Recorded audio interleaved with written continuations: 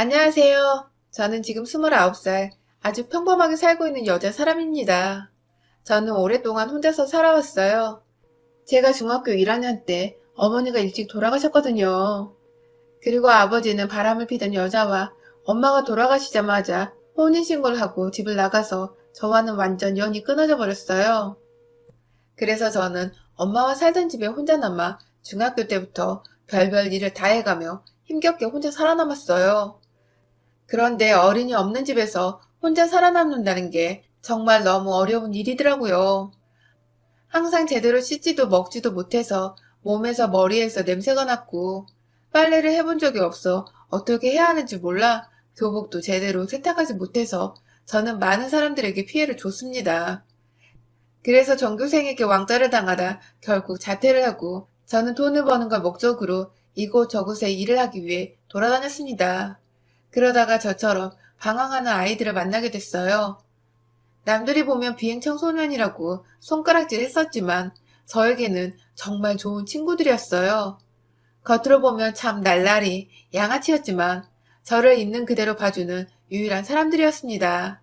그리고 그 애들 덕분에 저는 사람이 될 수 있었어요. 아르바이트를 할 수 있는 곳을 알려주었고 빨래를 하는 방법도 사람처럼 꾸미는 방법도 저에게 알려주었습니다. 참 좋은 친구들이었어요. 어린 나이에 담배를 좀 많이 피우고 남자애들과 뒤엉켜 놀긴 했지만 저에겐 진짜 최고의 친구들이었어요. 그렇다고 저에게 나쁜 걸 강요하거나 하진 않았었거든요. 그렇게 1년 넘게 같이 살다시피 하다가 그 친구들과 함께 저는 검정고시를 준비하게 됐어요. 그 친구들도 조금씩 노는 것을 멈추고 저와 함께 미래를 꿈꾸기 시작했습니다. 그렇게 저희는 진짜 열심히 공부를 해서 검정고시를 합격했고 그 후 각자의 길을 위해 따로 흩어져 살게 되었어요. 그리고 저는 대학교를 가서 처음으로 남자친구를 사귀게 되었습니다. 그 남자친구는 저보다 2살이 많은 남자였고 배울 게 참 많은 사람이다라고 생각이 드는 그런 남자였어요. 바르고 성실하고 과대를 맡고 있는 훈남이었습니다. 남자친구와 저는 대학교를 졸업할 때까지 싸움 한 번 없이 무사히 연애를 마치고 저희는 사회에다가 같이 동거를 하게 됐어요. 동거를 할 생각은 아니었는데 아무래도 서울 월세가 비싸다 보니 둘이 따로 살 바엔 합치는 게 낫겠다 싶어 같이 살게 됐어요. 처음엔 너무 좋았어요. 신혼부부 같고 참 좋더라고요. 그런데 문제는 남자친구의 어머니였어요. 저희가 같이 살고 있는 걸 알고 계셨는데 너무 불쑥 자주 찾아오시더라고요. 남자친구의 어머님은 제 가족사를 다 아시는 건 아니지만 제가 부모님이 안 계시다는 건 알고 계셨어요. 그래서 저를 너무 대놓고 무시하고 싫어하셨어요. 매번 남자친구가 없을 때마다 집에 찾아오셔서 저에게 쓴소리를 하고 가셨어요. 지훈이가 너 아니면 안 된다고 자꾸 그런 소리 하니까 지금 봐주고 있는 거야. 근데 결혼이랑 연애는 다른 거 너도 알지? 결혼은 꿈도 꾸지 말아라. 매번 저에게 너는 그냥 동거인일 뿐이다라고 선을 그으셨어요. 남자친구는 그런 것도 모르고 저에게 자주 결혼, 혼인신고 얘기를 꺼냈어요. 그때마다 저는 정말 힘들었습니다. 이러지도 못하고 저러지도 못하고 일찍 돌아가신 어머니가 원망스러웠어요. 나도 이렇게 태어나고 싶어서 태어난 게 아닌데 진짜 너무 슬프더라고요. 그렇게 매번 남자친구의 말을 못 들은 척 피하기만 하다가 일이 터지고 말았어요. 갑자기 남자친구의 어머니가 집에 오셔서 다짜고짜 제 뺨을 때리시는 거예요. 너 내가 결혼은 안 된다고 말했지? 어딜 감히 니까짓게 내 아들을 넘봐? 어머니 무슨 말씀이세요? 네가 뭐라고 했길래 지훈이가 너한테 프로포즈를 하겠다는 거야? 너 지훈이한테 결혼하고 싶다고 말했니? 네가 지훈이한테 닥달한 거지? 그치? 결혼하고 싶다고 매달린 거지? 저는 갑작스러운 어머니의 말에 너무 놀랐어요. 저도 몰랐던 일이었고 그런 낌새도 없어서 뭐라 말을 할 수가 없었어요. 그런데 어머님이 자꾸 제 자존심을 짓밟으시더라고요. 니까짓 게 뭐라고 우리 아들이 너한테 프로포즈를 해? 진짜 내가 기분이 더러워서 어디 부모도 없는 년은 아유. 어머님 그 말씀은 좀 심하신 것 같아요. 어머님 화나신 건 알겠지만 저도 진짜 모르는 일이었고 이렇게까지 제가 맞아야 하는 일인지도 잘 모르겠어요. 이게 진짜 정신을 못 차리고 남자친구의 어머님은 제 머리채를 잡고 바닥으로 내던져버렸어요. 저는 완전 제대로 넘어져 버렸고 크게 다칠 뻔했어요. 그리고 제가 정신을 차리기도 전에 제 머리 위로 뭔가가 떨어지더라고요. 보니까 간장이었습니다. 싱크대에 있던 간장을 시어머니만 넘어져 쓰러진 제 머리 위로 쪼르륵 떨어뜨렸어요. 내가 점잖게 말하고 기회 줄 때 결혼 안 하겠다 말해. 그리고 네 수준에 맞는 남자 찾아서 결혼을 해라. 알았니? 남의 귀한 자식 앞길 막지 말고. 혹시나 해서 내가 말하는 건데 임신 같은 걸로 내 아들 발목 잡을 생각도 하지 마라. 어머님은 임신 얘기를 하면서 자기 가방에서 콘돔을 꺼내서 저에게 던지곤 바로 집을 나가셨어요. 저는 진짜 자존심이 너무 상하고 속상했어요. 내 모습이 너무 비참해서 더 이상 안 될 것 같아 남자친구와 이별을 결심하게 되었습니다. 그리고 저는 집을 치우다 도저히 자존심이 상해서 안 되겠다 싶어 치우지도 않고 그냥 집을 뛰쳐나가버렸어요.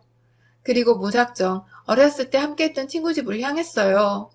친구는 제 얘기를 다 들어주고 응원과 격려를 해줬습니다. 그동안 혼자 힘들었겠다면서 진심으로 위로를 해줬어요.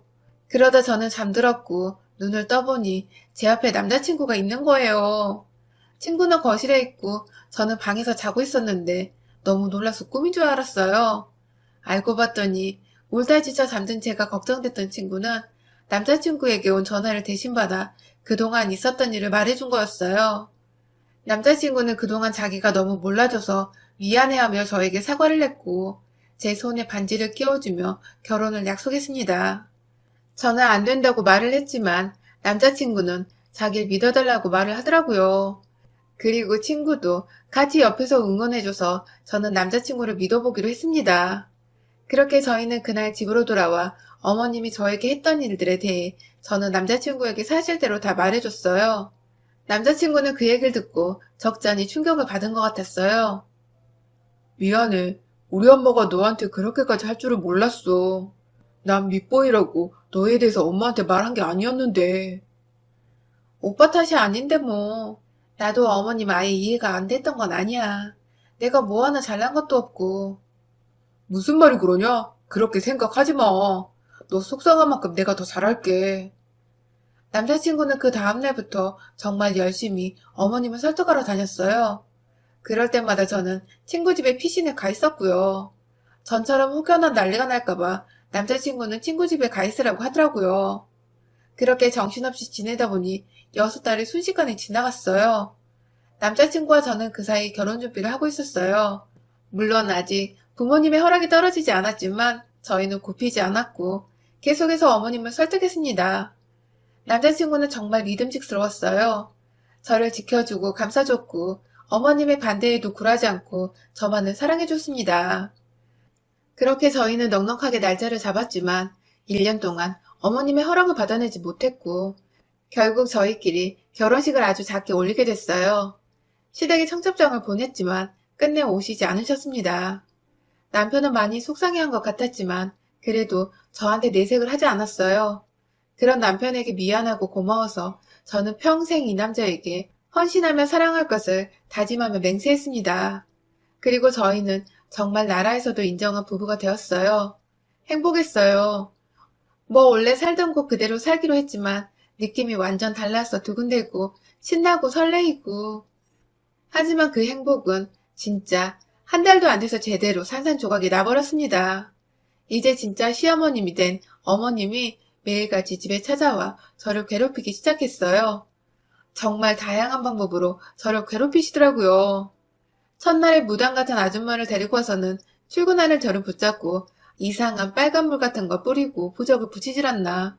그 다음엔 집안까지 들어와 파치랑 쌀이랑 마구 던지기 시작했어요. 그래서 제가 그만 좀 던지라고 말을 했더니 어머님이 제 뺨을 때리시면서 소리를 지르시더라고요. 너 하나 때문에 내가 지훈이랑 사이가 틀어졌어? 난 절대로 이대로 가만히 못 있는다. 네가 이기나 내가 이기나 해보자. 어머니, 제가 잘할게요. 이제 저희 진짜 부부예요. 동거인도 아니고 저 지훈 씨 아내라고요. 이게 진짜 돌았나? 내가 넌 그냥 동거인 그 이상, 그 이하도 아니랬지? 누가 호적에 올려준다고 아내고 며느리래? 절대 안 돼, 이 더러운 년아! 저는 솔직히 결혼하면 시어머님이 포기하실 줄 알았거든요. 그런데 포기는커녕 더 심해지는 시어머니 때문에 하루가 다르게 점점 지쳐갔어요. 남편도 정말 힘들어 하더라고요. 아무리 자기가 말려봐도 자기 출근하는 시간에 몰래 와서 그 짓을 하고 가니까 자기가 365일 24시간 붙어 있을 수가 없어 정말 미안해하고 마음 아파했어요. 남편 일이 워낙 바쁘고 또 저보다 일찍 나가서 늦게 들어오니까 저도 남편도 어찌할 수가 없었어요. 그렇다고 저까지 집에 들어오지 않고 집안일을 안 할 수도 없으니까 진짜 막막하더라고요. 그래도 저는 당분간만이라도 시어머님을 피하기 위해 남편과 출퇴근을 같이 했어요. 출근을 일부러 일찍 해서 근처 카페에 있다 들어가거나 그냥 먼저 출근을 해서 일 처리를 하거나 했고 퇴근 후엔 그냥 친구네서 시간을 보내다가 남편과 만나 집으로 갔습니다. 제가 출퇴근 시간이 바뀌고 나니까 정말 고요해졌어요. 자기가 망가지는 걸 아들한테는 보여주기가 싫었는지 정말 조용하더라고요. 그래서 안심하고 있었는데 이번에는 회사까지 찾아와 저를 괴롭혔어요. 회사 앞에서 큰 박스에다 내 아들 뺏어간 년이라며 제 이름과 사진을 붙여놓고 핏줄을 끊어놓으려는 나쁜 년이라며 사람들에게 가짜 소문까지 내기 시작했어요. 저는 결국 그 괴롭힘에 스스로 사표까지 내게 됐고 남편은 너무 심하다고 시어머니와 대판 싸우고 집으로 돌아왔어요. 그리고 며칠 뒤 새벽 저희는 급한 전화를 받게 됐습니다. 시어머님이 가슴 통증을 느끼며 응급실에 실려갔다는 거예요. 저도 놀라서 같이 병원을 가려고 했지만 시아버님이 혼자 오라고 했다고 이번엔 자기만 가겠다고 말하더라고요. 서운하고 속상했지만 위급한 상황이었기에 저는 알겠다고 갔다가 어떤지 보고 연락만 해달라고 부탁했어요. 그렇게 남편은 병원으로 향했고 저는 밤을 샜습니다. 남편에겐 아침이 돼서 연락을 받았어요. 어머님이 손을 안 놔줘서 연락을 못했다고 하더라고요. 그리고 어머님이 남편과 다투고 그 충격으로 쓰러졌다고. 그래서 당분간 남편은 병원에서 출퇴근을 하겠다고 말했어요. 알겠다고 말한 뒤 저는 남편의 짐을 싸서 병원으로 가져다 줬어요. 미안해. 행복하게만 해줘도 모자란데 매일 이렇게 힘들게 해서. 오빠 잘못 아니잖아. 미안하다는 말 이제 그만해도 돼. 충분히 그 마음 알고 있어. 난 항상 고마워. 저희는 서로를 안아주며 위로를 했어요. 그리고 저는 뒤돌아서 가려고 하는데 아버님이 나오셨더라고요. 저희 둘을 붙잡고 이야기를 하셨어요. 너희들 그냥 헤어지면 안 되겠니? 저러다 니네 엄마 죽을까봐 겁난다 나는. 아버지까지 왜 그러세요? 네 엄마가 오죽했으면 저러겠니? 네가 대답해봐라. 너는 이런 꼴 다 보고 굳이 살아야겠니? 네가 아주 집안을 쑥대밭으로 만드는구나. 아버님은 저를 굉장히 미워하고 원망하고 계셨어요. 저는 그 자리에서 계속 죄송하다는 말밖에 할 수가 없었습니다. 남편은 황급히 절 집으로 돌려보냈어요. 그렇게 집으로 돌아왔고 남편은 그 후로 계속 병원에서 출퇴근을 하며 지냈습니다. 그런데 어느 날부턴가 제 주위에 어떤 남자가 어슬렁대기 시작했어요. 같은 아파트 단지에 이사 온 남자였습니다. 그 남자는 자꾸 제가 쓰레기 버리러 나갈 때나 장을 보러 갈 때마다 너무 자주 마주치더라고요. 그렇게 얼굴을 매번 보다 보니 자연스럽게 말을 트게 됐고 저희는 그냥 가벼운 농담을 할 정도로 친해졌습니다. 그런데 자꾸 저에게 스킨십을 하려고 하더라고요. 저는 기분이 나빠서 단칼에 거절했지만 틈만 나면 뒤에서 나타나 저를 안고 만졌습니다. 저는 스트레스를 받아서 소리를 치며 신고하겠다고 말했어요. 그리고 집으로 돌아왔는데 그날 밤에 남편이 아주 화가 난 얼굴로 집으로 들어오더라고요. 저는 간만에 보는 남편이 너무 반가워서 남편에게 달려갔는데 남편은 저를 밀치며 화를 냈어요. 오빠, 무슨 일 있어? 무슨 일? 네가 그걸 몰라서 묻는 거야? 너 진짜. 난 너랑 살려고 가족까지 다 버렸는데 이렇게 뒤통수를 쳐? 저는 남편에게 좀 알아듣게 설명해달라고 말을 했어요. 그러자 남편이 저에게 사진들을 보여주더라고요. 저는 그걸 보고 진짜 너무 놀랐어요. 제 주위를 얼쩡거리던 남자와 제가 찍힌 사진이 한가득 남편에게 있는 거예요. 저는 너무 놀라 이게 뭐냐고 물었어요. 네가 보고도 몰라? 네가 바람피는 사진이잖아. 무슨 소리야? 이 남자랑 나 아무 사이도 아니야. 그냥 같은 아파트 주민이라는데 자꾸 나한테 찝쩍대더라고. 나도 그래서 계속 거절했어. 그럼 이건 다 뭔데? 남편이 저에게 보내준 사진은 안고 있는 사진과 그 남자가 저에게 뽀뽀를 하고 있는 사진들이었어요. 저는 아니라고 계속 말을 했지만 남편은 제 말을 믿어주질 않았습니다. 그렇게 집을 나가버린 남편은 며칠 동안 돌아오지 않았고 저는 어떻게 해야 될지 몰라 친구에게 도움을 청했어요. 남편은 연락도 안 되고 그 미친놈이 몇 호에 사는지도 모르겠고 요즘에 보이지도 않아. 나 진짜 이게 무슨 일인지 모르겠어. 친구는 제 얘기를 한참 동안 듣다 조심스럽게 말을 꺼냈어요. 나 진짜 이게 말이 안 되는 거 아는데 그래도 미친 소리 하나만 해볼게. 이거 혹시 니네 시어머니 짓은 아니겠지? 왜 자꾸 나는 의심이 드는지 모르겠네. 느낌이 좀 그래. 친구 말을 듣고 보니 저도 좀 이상하더라고요. 타이밍이 너무 딱딱 맞고 뭔가 그냥 수상했어요. 그런데 알아볼 방법이 없으니까 어쩌지 고민을 했는데 친구가 자기만 믿으라며 저를 안심시켰어요. 친구는 다른 친구들을 모아 같이 몇 날 며칠을 남편과 시어머님을 감시했어요. 바쁠 텐데도 친구들은 일주일 정도는 괜찮다면서 일까지 내팽개치고 제 일을 도와줬습니다. 한 3, 4일 정도는 아무런 소식이 없었어요. 그냥 남편은 시댁에서 자고 출근하고 한다는 것밖에 없었습니다. 그리고 시어머님 역시 별다른 건 없었대요. 다만 매일 남편이 출근을 하면 몰래 뒤따라가 회사를 가는 건지 아닌지 그걸 확인하고 돌아가는 모습이 보였다고 해요. 진짜 정성이지 않나요? 혹시라도 저에게 올까봐 그런 것 같았어요. 그러다 일주일째 됐을 때쯤 어떤 남자가 시댁으로 들어왔는데 그게 그 남자였던 거예요. 저한테 들이댔던 놈. 친구들은 그걸 다 사진으로 찍어줬고 저는 시댁으로 달려갔습니다. 그리고 예쁘게 생긴 친구 한 명은 그 남자에게 일부러 접근해서 번호까지 물어본 상태였어요. 그 남자 그것도 모르고 좋아서 제 친구에게 이것저것 먹을 거 사주면서 이야기를 하고 있었어요. 아무튼 친구들이 그 남자를 잡아두고 있을 때쯤 저는 시어머니에게 따져 물었어요. 어머니, 꼭 그런 짓까지 하셨어야 했어요? 또 무슨 지랄이야. 너 얘기 들어보니까 바람 폈다며? 바람이요? 어머니가 다 꾸민 짓이면서 무슨 바람이요. 저 다 알고 온 거거든요. 심지어 증거도 있고 그 남자 정보도 다 알아요. 완전 당황한 시어머니는 끝까지 발뺌을 했어요. 그래서 저는 시어머니의 손을 잡고 일부러 끌고 나갔습니다. 그리고 집 근처에 제 친구와 그 남자가 있는 식당으로 갔어요. 설마 이래도 모른다고 하진 않으시겠죠? 둘이 아는 사이잖아요. 남자랑 시어머님은 아무 말도 못했어요.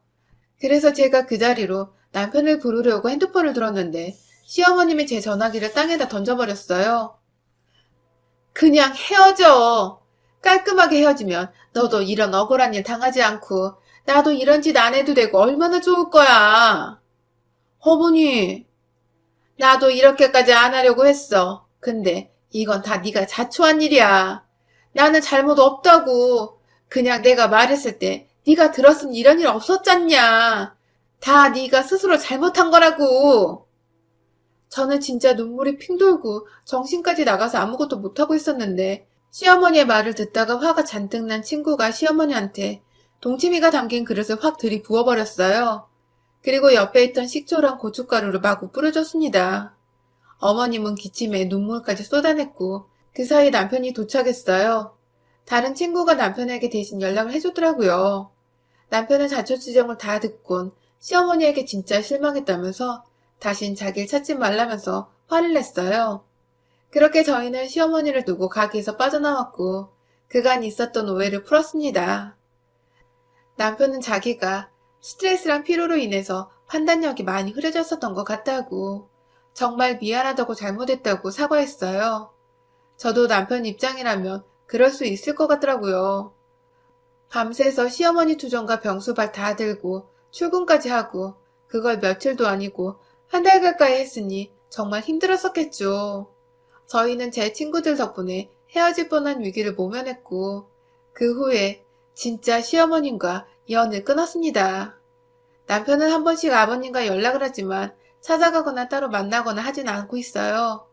어머님도 그 사건 이후로 정신이 좀 들었는지 제 앞엔 안 나타나더라고요. 시아버님도 이건 좀 아니라고 자기 편을 안 들어주니까 저희 볼 몇 명도 없었겠죠.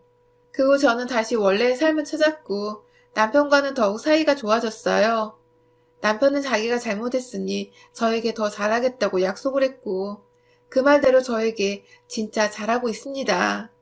그래서 지금은 너무나도 행복하게 잘 살고 있습니다. 힘든 일들을 그렇게 많이 버텨왔으니까 그만큼, 아니 훨씬 더 앞으로는 행복할 거라 믿고 있어요.